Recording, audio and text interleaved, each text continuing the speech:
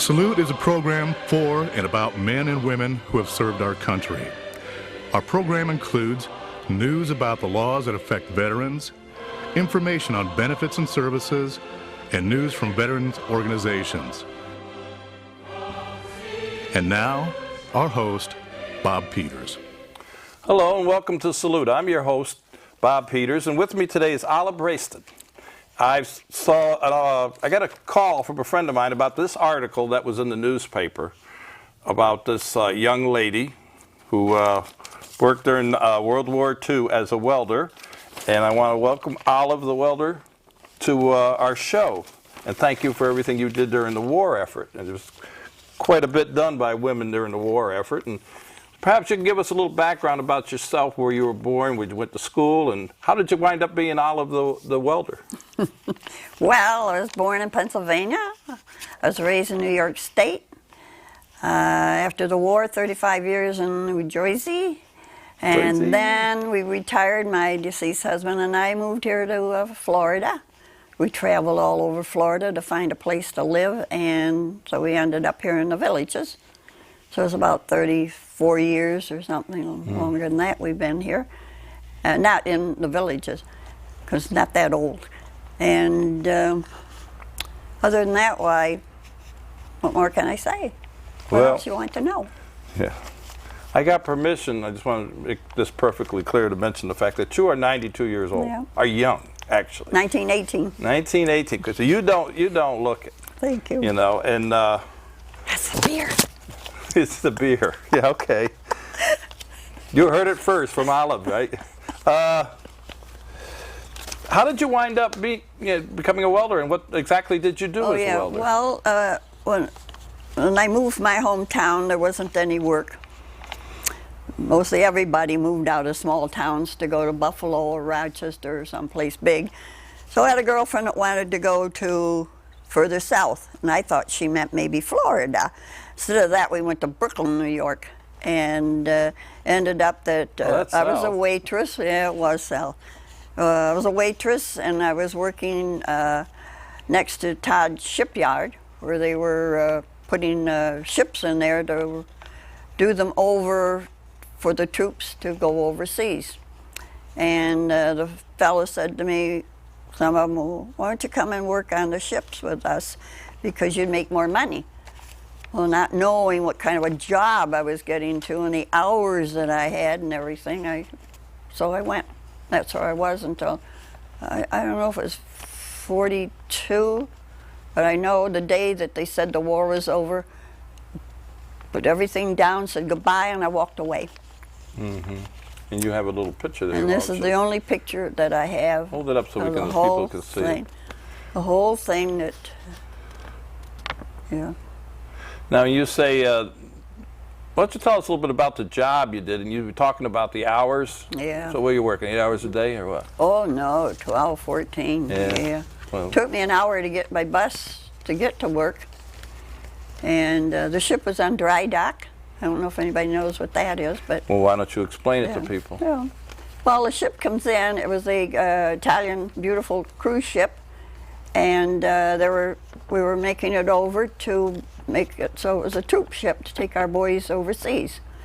And it ended up that I started working on it. And Todd's shipyard is gone now, they tell me.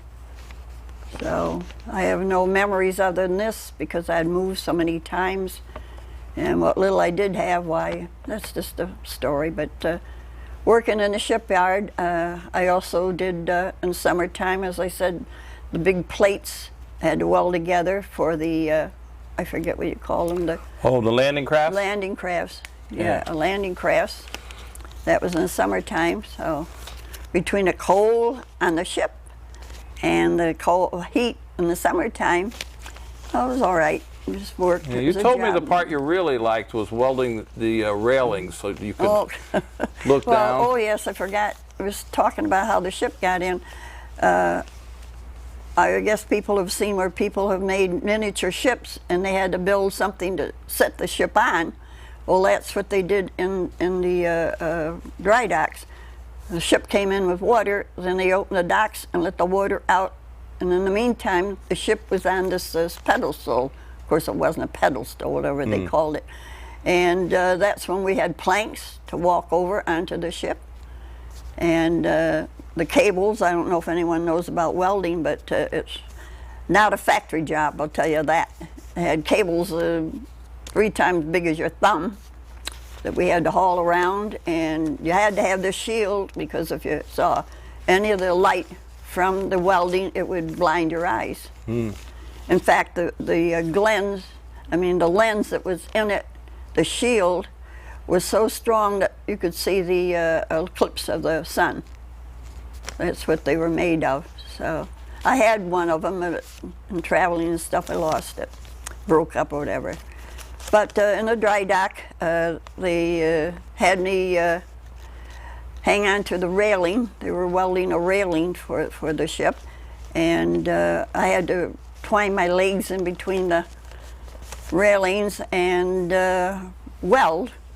And between the dry dock and where the ship was, and it was quite a few feet if I ever fell. But I made it. Obviously, you're here, right? 92, yeah. Well, I got a magazine here. It's a Life magazine. It's called Our Finest Hour, and it's very interesting. It's all about World War II, and I was gazing through it because one of the shows we wanted to do here at Lakefront TV was about the women in the war effort during World War II. I mean, it's amazing what these people did for our country. And there's a picture on the front here. This is with Rosie the Riveter. She's, picture there. Olive the Welder. Poet, yes. We have the pleasure of having Olive the Welder, and there's some people welding here. So that's it. You think that's you? Yep. No, I don't think so. And I have another picture here. This is 1941. This is interesting. In 1941, 1% of aviation employees were women, and the following year it went up to 65%. Over 16 million women were employed in the U.S. Doing, ships and planes. Airplanes, everything, yeah. And of course, a lot of people know about the women aviators. Oh yeah. And but I have another little picture here that I wanted to show people. This is the 5,000th B-17. Beautiful. That was built, and this picture was taken. I believe this was in Life magazine. And if you look at it, you can see there's an awful lot of women. Women, yeah. Oh yeah. So we had to. All of our men were gone. What could we do? Guy would have to be very popular if he was left behind, huh? Well, that was another story. The 4Fers that were there. When I was outside welding and the plates, a couple of them were there, supposed to be welding or whatever they were doing, and they were making remarks that wasn't very nice, and I was crying because I thought, here we are working, and here they are. In fact, they had a tweezer, and they were pulling their whiskers so they wouldn't have to shave. And I didn't dare to go tell anybody because I was there alone, and here the 2 men were, and I figured, what's the use saying anything? It's well, 2 effers. Yeah, that's different. Well, also, there were a lot of people, the men who didn't serve were in the CCCs. Oh, yeah. My father was one of them. He had one leg shorter than the other. Yeah. So he was out, cutting trees and building. Had to be someone here. Yeah, he traveled all over the country doing that. But it was a tremendous. What was your reaction with Pearl Harbor? How did you learn about it? You remember that? Because people always say, I remember September 11th. I wasn't around for Pearl Harbor, but I'm sure you must remember that. Well, I wasn't a person for radio and like that. So the newspapers, what little I saw and everything, and what people talked about, just about what I heard too. So there was really nothing. I mean, it was very bad. I mean, terrible for our men to have to go through that, people. Yeah. And now they're still doing the same thing, so I don't know. Well, yeah. Well, the women nowadays too are a lot more active That's right. in the combat That's field. right. You know, Oh, and yeah. back then you answered the call. And I went to London, and a lot of the women over there, they had to rebuild the bridges and everything because of the bombing. Yeah, they got bombed, you know, terrible. and yeah. We're very, very fortunate in the United States. I mean, what happened to the towers and things is just one teeny weeny thing of what is going to happen if we don't watch. yeah, if there was ever a world war, yeah, or anybody I come don't here think and bomb again. hopefully and it'll stuff. never be repeated another No. world war. You know, because Yeah. it was devastating. But your late husband, he served. Did you say? Oh yes, yeah. Yeah. He was over in Germany. Uh-huh. Yeah. And you had a friend that was going to come on today, but she couldn't come on. Yeah, but she was the riveter. She was in the factory. So she may be Yeah. watching this. You want to say She's hello in to the her? hospital, yeah. Tell her hello. Yeah, I We don't will. normally let people do this, but say hello to That's her. all right, yeah. Her name is Lee. Her picture was in the paper about a month later after me. Wow. And the other thing, too, was that they just showed in a paper a few weeks ago or something, the real Rosie the Riveter. They had the bandana on and everything, and Yeah. it showed the woman, she just died. Yeah, I The thought lady she just passed. died. Yeah. Yeah. Yeah, I think found she out. was there for the World War II groundbreaking ceremony. I attended that in Washington Yeah. when they did that. That was long overdue. Oh, you know. yeah, a lot of it. But, well, people can only do so much. Yeah. You know, there's other things beside the past. The future is, to me, more important than the past, but the young people have to know about it. That reminds me of my gentleman friend he's an honor guard, and in the villages, he goes to the schools, and he adopts a child from child from the school, and the kids in the school adopt a soldier or veteran, and they write essays. And whenever once in a while at the memorial park that the owner Schwartz owned, he gave them the lot to put this memorial and everything on it. And the kids come there and they bring their lunch. The school buses bring them, and it's wonderful. And they write the essays, read them. The children get up there and read them, and it's wonderful. They ask the children what POW meant, and they said prisoners of war. No, it isn't. It's people out of work. Yeah, they'll be starting trouble.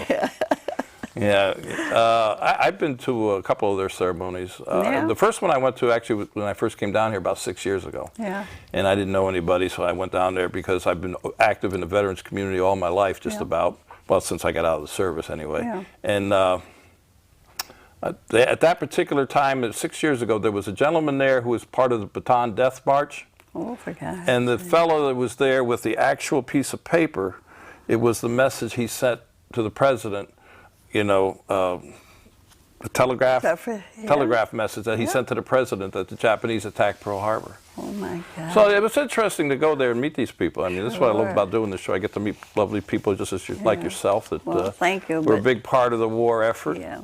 You know? Russell, my gentleman friend, he had to walk in the snow. He carried a bazooka, and I mean, he really went through. He knew all it. Yeah. When you left there the day when you heard the war ended? That's right. You said, that's it, I'm out of here? 7 days a week, I'm tired? Yep. Yeah. You never make any friends that you've kept over the years, or No. ever get in touch no. with anybody? I left there, and my brother came home from the service. Well, it's a long story. I got time. In school, my girlfriend's brother, he was 6 months younger than me. She and I were the same age. And we would go dancing and like that. And at that time, being 14, 15 years old, I wanted an older man. What girl didn't? So he was just a brother. Then after the war, my brother come home, and I was at that time in Brooklyn, and we moved to New Jersey because he got a job there, and I went with him. So we went home to visit, and who should be there but Royce, the one that I used to go with his sister. And we got to talking. It ended up that his mother had moved down to Pennsylvania, not far from Trenton, where I lived. So he was looking for work because there was nothing in our hometown. And same way with my brother. So we got to know each other and everything. And my brother got married and went to Ohio to live, so I was alone again. So I moved down with his mother and father, and I got a job, and then we got married. So in 1949, I've been married, was until 2005 when he passed away. So that was a long story. He never told about anything of the service. My brother never did. Yeah, They that's didn't want to talk about it. Yeah, I've discussed this before with quite a few people. There's just some men and women who've seen so much that they don't want to talk about it. I didn't know much about my uncles until their latter years. That's it. You know, then they talked. Yeah. You know, but even then they talk more. He would talk to me more so than any of the other nephews and nieces because I was in the service. The rest of them weren't. Yeah. So, you know, there's that bond with, with service people. That's the same with Russell now. He wants his grandchildren, great-grandchildren, and all that to, know the story and everything. So Russell, we're waiting for you. We'll get him on this show. You know, hook him up with a friend of mine. I think maybe bring the two of them. I can say he was in the Battle of the Bulge. Yeah, it would be nice. Yeah. But that ship, did it ever leave dry dock? Did you work on it all that time? And did you see it got to leave? I know the name, nothing. I have no idea. Yeah. I never took pictures, and I wished, how I wished I had. But well, you're too thank busy. goodness I had this. And if I didn't, I wouldn't have had this. But my mother, someone, I don't know how she got this. Maybe I saw it in the paper and sent it to her. I think that's probably what I did because it didn't mean much to me at that time. And she kept it, and then she sent it to me. Otherwise, I wouldn't even have this. But like I said, that's a long time ago. Yeah, yeah. But well, we thank survived goodness. it. Thank goodness there was people like Rosie the Riveter and Olive the Welder and those ladies that transported the planes and the nurses and everything that in the war. Well, I imagine that ship was finished and probably brought the troops back home. Instead of That's a taking good feeling, over. isn't it, huh? Yeah. You know, you worked on that ship and it brought our When they troops home. brought the ship in, they were all Italian, didn't speak English, and some of the people on the ship we were working on knew it, and they brought in gallons of the real homemade wine, and they were selling a gallon for 50 cents. Somebody wised them up, and finally they started selling it, and then naturally it was somebody gone. spilled the beans and the price went up, huh? I tried it, but like I tell everybody, it tastes like vinegar wine to me, so I just stick with my beer. Yeah. And I put ice in my beer, keep it cold. Well, we've heard it here first on Lakefront TV. The secret to longevity with Olive the Welder is beer with ice in it. Yep. But you know, anything about World War II that I mean, it had to be quite a time to go through. You know, live through that period of time. You know. Well, I had hardly. I mean, the food. There's not much in the way of food. You got the food. Did you have food stamps and? No. I didn't need them. In fact, I'm very sorry. I never kept a paycheck either. I can't even remember. My memory is the bad things I don't remember. The hard things, things I want to forget. So those were tough times. It was rough doing the job and everything. And so I just worked. And I had an apartment off of DeKalb Avenue in a little park that was there. And they had to bring ice. Yeah, for the ice box. And the ice box. And not a refrigerator, an ice box. Yeah. And sometimes I couldn't get home in time, and it melted, and the water was on the floor, and but I hardly had time to go to the store or anything. I lived wherever I lived. I tried to live close to where I could walk to stores because I never had a car. You know, but it ended up good. Now we got. I'm in the villages. Yeah, you're living a good life in the villages with I am. with a car and 3D TV. You don't know what kind of a car I got. I told you, PT Cruiser. Oh yeah. Convertible red one. Oh wow. Oh yeah. That's out in the villages. Yeah. But every place I go, everybody knows where Olive is because of my red convertible. You get down to the Legion post down there quite a bit. Yeah. Every Friday night we try to go. In fact, tonight I'm supposed to get home and go to it, yeah. Ann doesn't go because she goes out with the girls. Oh. Ann is out in our studio audience, which keeping a low profile. Yeah, I'm sorry, Ann, my girlfriend. They can't see her at home. That's right. But yeah. Anyway, well, I thank you for coming. Well, thank you for inviting me. If there's anything that you'd like to say in closing about, Well, I think it's just wonderful that the people are bringing these war things up and everything for the younger generation, because if they didn't, who's to tell them? Like the kids think POW is. People out of work. I mean, yeah. that was many a year ago. Like I said, I've done educational programs in the past up north. I'm from Connecticut originally. And first time I went to a school, I says, what is MIA POW? He says, Mia Pal. Yeah. They thought maybe it was an Indian word or something. Right, they didn't know what it was. But yeah, we have to educate. That's and it. leave the history to people. That's what they're doing now. And I thank you for coming on the show and telling people about. I'm sorry I didn't have more. Did they ever check your welds to make sure they were good? My what? Your welds. Did they ever? I'm not your weld. I mean. My welding. Yeah. I don't know. Yeah. I really don't know. They have inspectors. You must have to take a course and everything. A lot of hours or no? Not very long. No. No. Let's get to work. We haven't got time, right? That's right. Well, I thank you for coming. Well, you're welcome. Thank you. So we're going to say goodbye now. Mr. Roberts. Mr. Robert. To all our veterans out there and our active military and their families, we salute you. Till next time.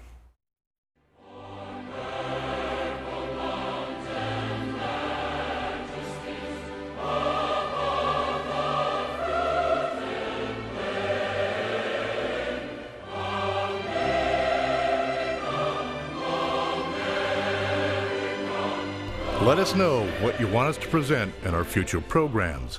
Please call Lakefront TV at 352-728-9707 with your programming ideas and suggestions.